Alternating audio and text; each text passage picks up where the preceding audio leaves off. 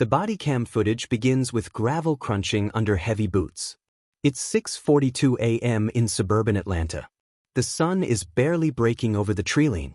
Birds scatter as black SUVs roll silently down a peaceful cul-de-sac lined with brick homes and trimmed hedges. Then the doors open.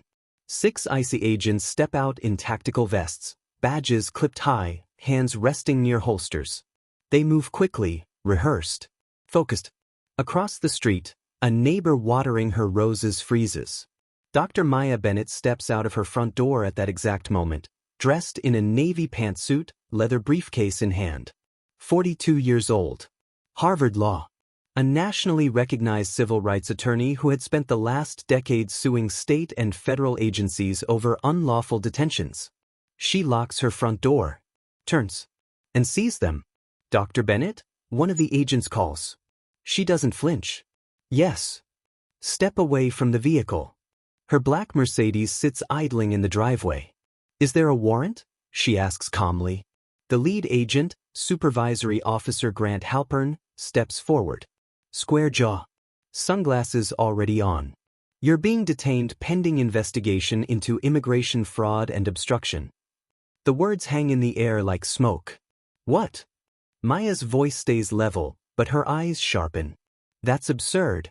Behind her, her garage door begins to lower automatically. 2 agents move fast, too fast. One grabs her arm. Do not touch me, she says sharply. You are required to present a warrant. Another agent circles behind her.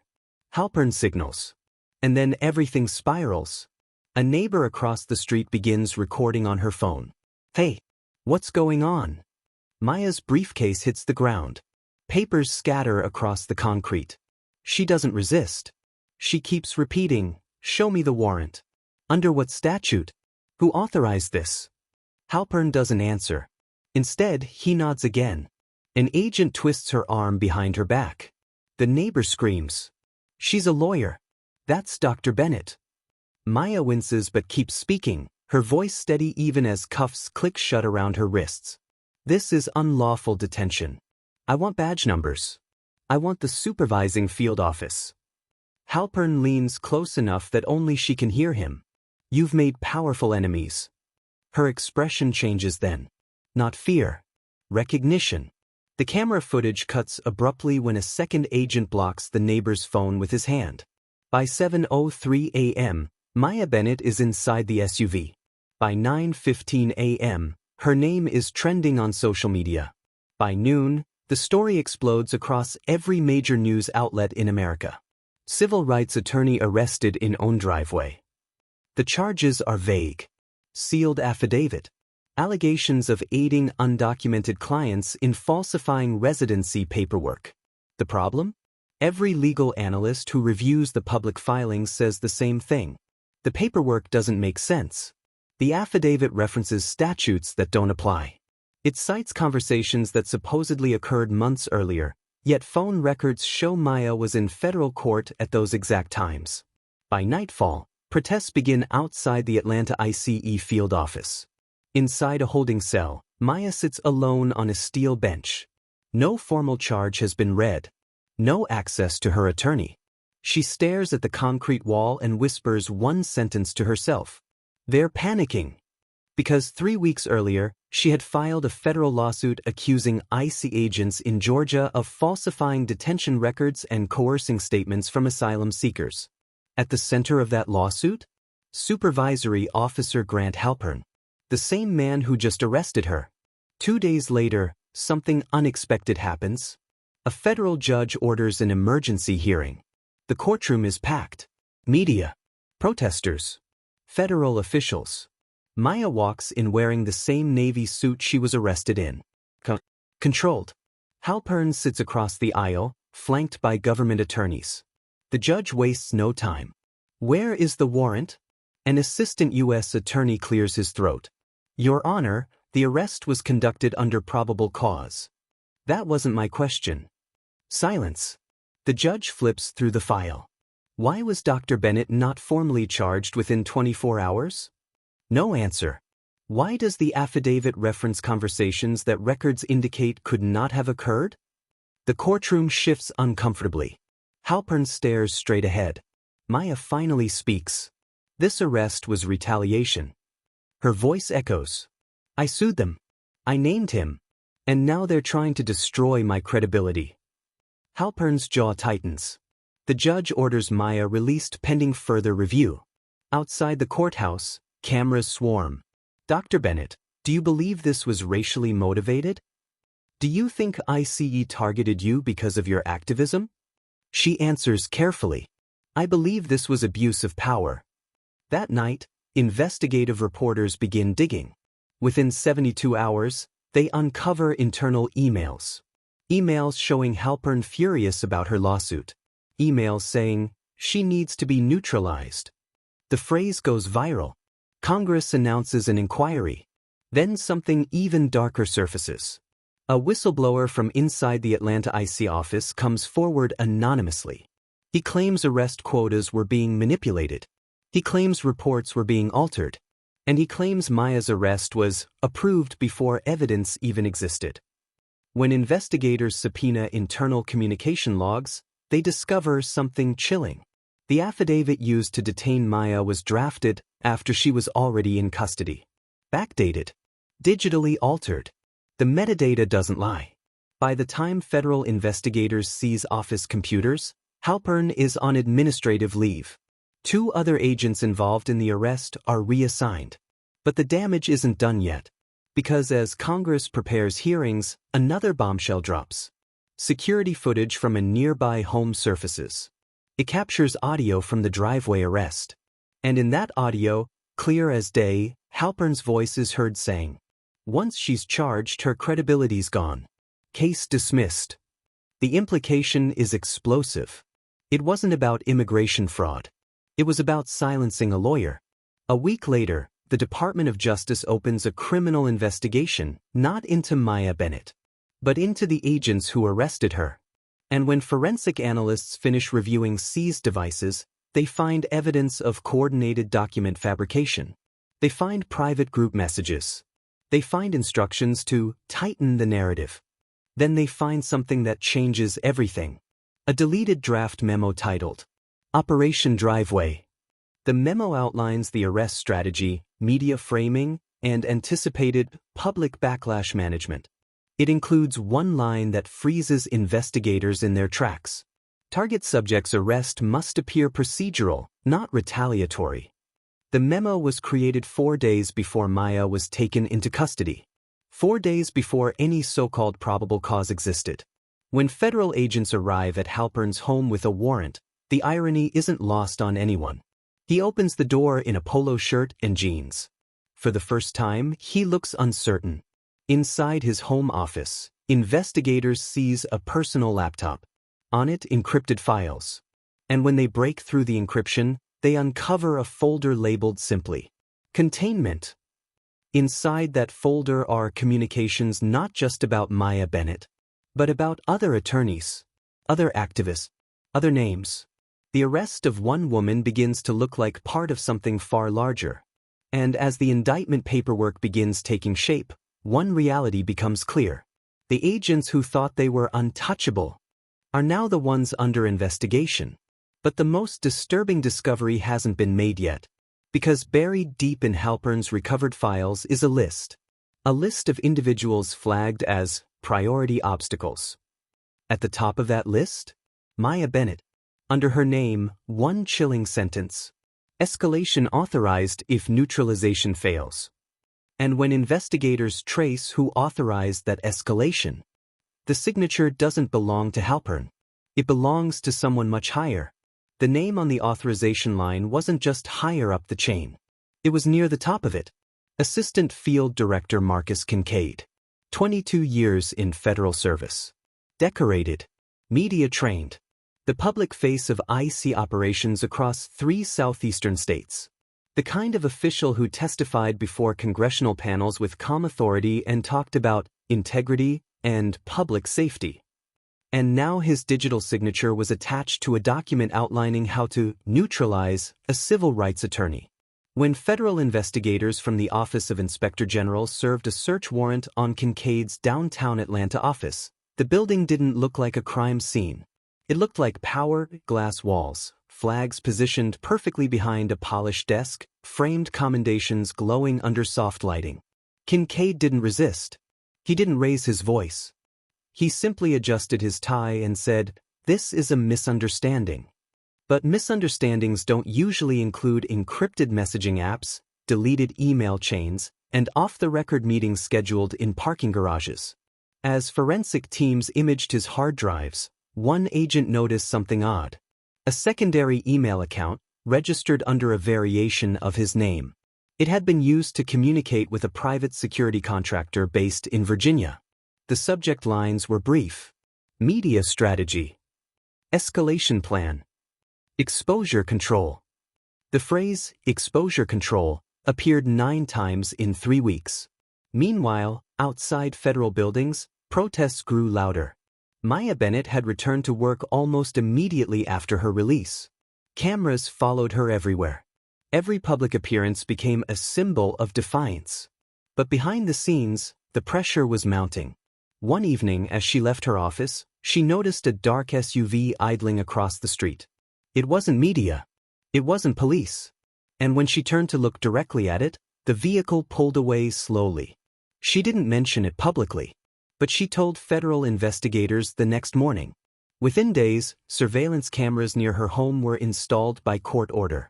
Because now the investigation wasn't just about document fabrication. It was about potential intimidation. Inside the Inspector General's war room, a timeline was forming across an entire wall. Maya files lawsuit.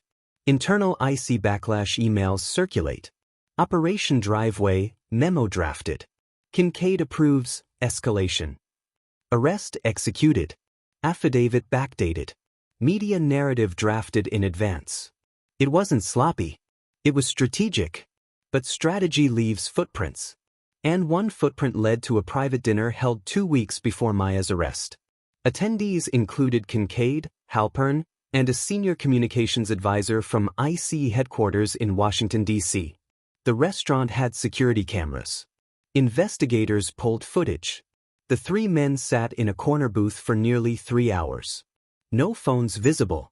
No apparent notes taken. But the following morning, a draft press release was created inside ICE's internal system, one announcing charges against a prominent immigration attorney for obstruction. The problem?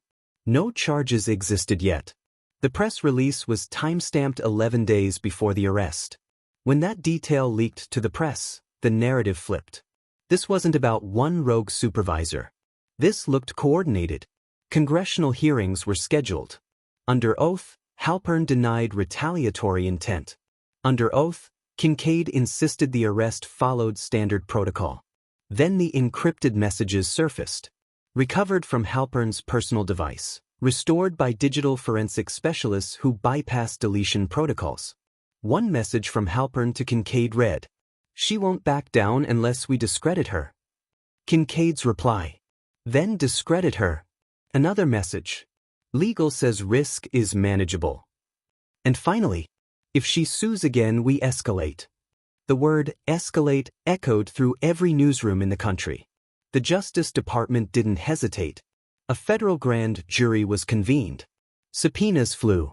Former agents were questioned behind closed doors. And then something unexpected happened. One of the agents present during the driveway arrest, Agent Luis Moreno, requested immunity in exchange for testimony. He was younger than the others, newer to the agency, and according to his attorney, deeply uncomfortable with what happened. Behind sealed doors, Moreno told prosecutors everything. He described a meeting the night before the arrest. He described Halpern saying, "We're protecting the agency." He described Kincaid emphasizing, "This needs to look clean." And then Moreno revealed something no one had yet uncovered. There had been a second plan. If public backlash became too severe, they would leak anonymous tips suggesting Maya had financial irregularities in her nonprofit foundation. There was no evidence of wrongdoing, but the rumor itself would create doubt. That plan had been drafted but never executed because the backlash came faster and louder than expected. When Moreno's testimony was summarized in court filings, it detonated the case. federal prosecutors filed charges. Conspiracy to violate civil rights. Falsification of records. Obstruction of justice. Halpern was arrested first. The footage of him being led from his home in handcuffs felt like a mirror image of the driveway arrest weeks earlier. No shouting. No spectacle. Just the quiet snap of cuffs. Kincaid's arrest came days later. But he didn't open the door calmly this time. He looked exhausted. Cornered. And when agents informed him of the charges, he muttered one sentence. "This wasn't my idea." That sentence changed everything. Because if it wasn't his idea, whose was it? During pretrial discovery, defense attorneys attempted to argue that the neutralization language was metaphorical, bureaucratic shorthand taken out of context. But prosecutors introduced additional recovered documents. Briefings sent to a deputy director in Washington. Summaries labeled sensitive response planning. And then, the most explosive piece of evidence yet, a recorded phone call. It had been captured during routine internal monitoring weeks before the arrest. In it, Kincaid is heard speaking to an unidentified superior. "She's gaining traction," Kincaid says. The pause. "Yes, sir." Another pause. "We can make the problem go away." The voice on the other end responds faintly. Indistinct, but clear enough to understand the tone. Approval. When audio analysts enhanced the recording, they identified the voice pattern as belonging to a deputy director stationed at ICE headquarters. Suddenly, the case wasn't regional. It was national. The deputy director resigned within 48 hours of the leak. The resignation statement cited family reasons. But prosecutors weren't finished. They subpoenaed communications from headquarters. And buried in an archived server, they discovered policy drafts proposing expanded arrest authority against legal disruptors. Maya's name wasn't listed, but the timing was impossible to ignore. Meanwhile, Maya continued her work. She attended hearings. She testified before Congress. She refused to frame herself as a victim. "This isn't about me," she said under oath. "It's about whether power can operate without accountability." Her composure only intensified public scrutiny. And then came the twist no one saw coming. During forensic review of ICE headquarters communications, investigators uncovered evidence that someone inside the Justice Department had quietly warned Kincaid weeks before the arrest that Maya's lawsuit posed significant institutional risk. The message didn't order retaliation, but it emphasized containment. That word again. Containment. As prosecutors mapped communication chains, they realized the authorization signature from Kincaid wasn't the highest level involved. It was simply the highest level willing to sign. Above him, verbal approvals. Unwritten directives. Carefully phrased encouragement. The deeper investigators dug, the more they saw a culture, not just individuals, protecting itself. But culture doesn't stand trial. People do. Halpern's trial date was set first. Kincaid's followed. And as jury selection began, prosecutors prepared to present the enhanced recording, the call where Kincaid said, "We can make the problem go away." But on the eve of trial, something unexpected happened. A sealed motion was filed. A motion requesting dismissal of certain evidence on grounds of national security sensitivity. The recording, the defense argued, implicated operational procedures that could not be publicly disclosed. The judge reviewed the motion in chambers. When she returned to the bench, her face was unreadable. She ruled the recording admissible. The courtroom exhaled. But that night, prosecutors received an anonymous tip. A data wipe had occurred on a secondary Justice Department server. Files connected to internal communications were missing. And among the deleted materials was correspondence referencing Maya Bennett's case. The deletions were recent. Hours old. Someone was still trying to contain the fallout. And when cyber investigators traced the access credentials used to initiate the wipe, the login originated from inside a secure federal building in Washington, D.C. Not from IC. Not from Kincaid. From somewhere higher. And this time, the digital trail didn't end with a resignation. It led directly to an office that had publicly condemned the arrest from day one. An office that claimed to be leading the reform effort. An office whose involvement would shake public trust even further. Because the person tied to the deletion was part of the team tasked with investigating the misconduct. The morning the courtroom filled for opening statements, the air felt heavier than it had at any point since Maya Bennett's arrest. Not because of what had already been exposed, but because of what still hadn't. Assistant Field Director Marcus Kincaid sat at the defense table, posture rigid, expression controlled. To his left, his attorneys whispered in low tones. Across the aisle, federal prosecutors organized binders stacked thick with digital printouts, forensic reports, and sworn testimony. Behind them sat Maya. Not at counsel's table. Not as a defendant. As a witness. The irony wasn't lost on anyone. The charges were no longer abstract accusations debated on cable news. They were specific, detailed, and federal. Conspiracy to violate civil rights, falsification of government records, obstruction of justice. Halpern had already entered a plea agreement the week before trial, admitting to fabricating elements of the affidavit and acknowledging that pressure from senior leadership influenced his decisions. In exchange for reduced sentencing exposure, he agreed to testify. Now it was Kincaid's turn. The prosecution began with the timeline. Email by email. Memo by memo. The words neutralize, escalate, and containment echoed through the courtroom as jurors followed along on screens displaying internal communications. Then they played the recording. We can make the problem go away. Silence followed the playback. The prosecutor didn't need to dramatize it. The weight of the words did that on their own. Kincaid's defense pivoted to intent. They argued bureaucratic language had been misinterpreted, that institutional discussions about risk management were being twisted into criminal conspiracy. But intent is often proven through pattern. And the pattern was clear. Draft press releases written before probable cause existed. A backdated affidavit. Private strategy meetings. Encrypted messages about discrediting a private citizen exercising her constitutional rights. When Agent Luis Moreno took the stand, the room shifted. He didn't look like someone seeking attention. He looked like someone who had been carrying something too heavy for too long. He described the pre-arrest meeting again, this time under oath. He described the discomfort in the room. He described the moment Halpern said, "We're protecting the agency." And he described Kincaid's final instruction before they left. Stick to the script. Under cross-examination, defense attorneys attempted to undermine Moreno's credibility, highlighting his immunity agreement. But Moreno didn't waver. "I took an oath," he said quietly. "Not just to the agency. To the Constitution." Outside the courthouse, the public narrative had evolved. What began as outrage over one wrongful arrest had become a broader reckoning about accountability inside federal institutions. But the most explosive testimony came late in the second week of trial.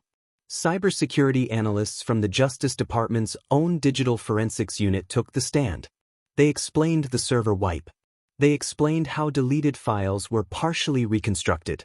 And then they identified the login credentials used during the deletion.